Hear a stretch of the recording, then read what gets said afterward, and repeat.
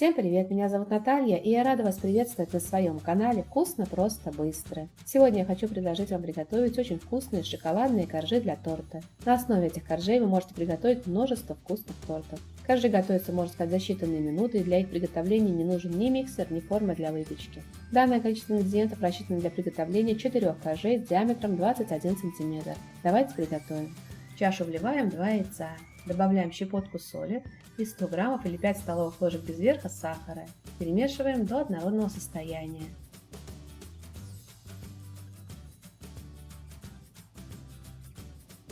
Добавляем 70 граммов или 7 столовых ложек растительного масла, 30 граммов или 2 полные столовые ложки молока комнатной температуры, 70 граммов или 3 столовые ложки жидкого меда. Если у вас мед густой, то 2 столовые ложки. 8 граммов или 1 полную чайную ложку соды. Перемешиваем до образования однородной массы. Просеивая, добавляем 160 граммов или 8 столовых ложек без верха пшеничной муки, 40 граммов или 4 столовые ложки без верха какао. Замешиваем силиконовой лопаткой мягкое эластичное тесто.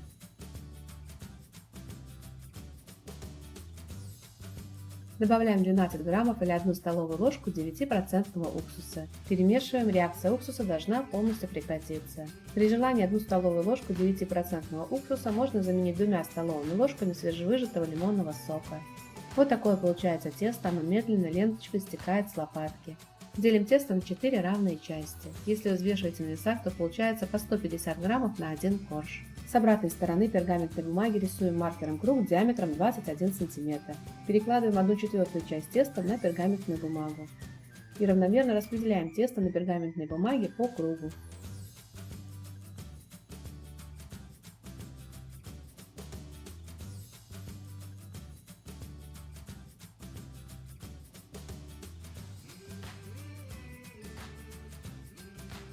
Перекладываем пергаментную бумагу с тестом на противень и убираем опекаться в заранее разогретую духовку. Выпекаем при температуре 180 градусов Цельсия до готовности. У меня один корж выпекается 5 минут. Готовность коржа проверяем деревянной палочкой, прокалываем. Если палочка выходит сухой, значит корж готов. Пересушивать корж не надо. Накрываем корж пергаментной бумагой, решеткой и переворачиваем. Снимаем пергаментную бумагу, на которой корж выпекался, и оставляем корж остывать.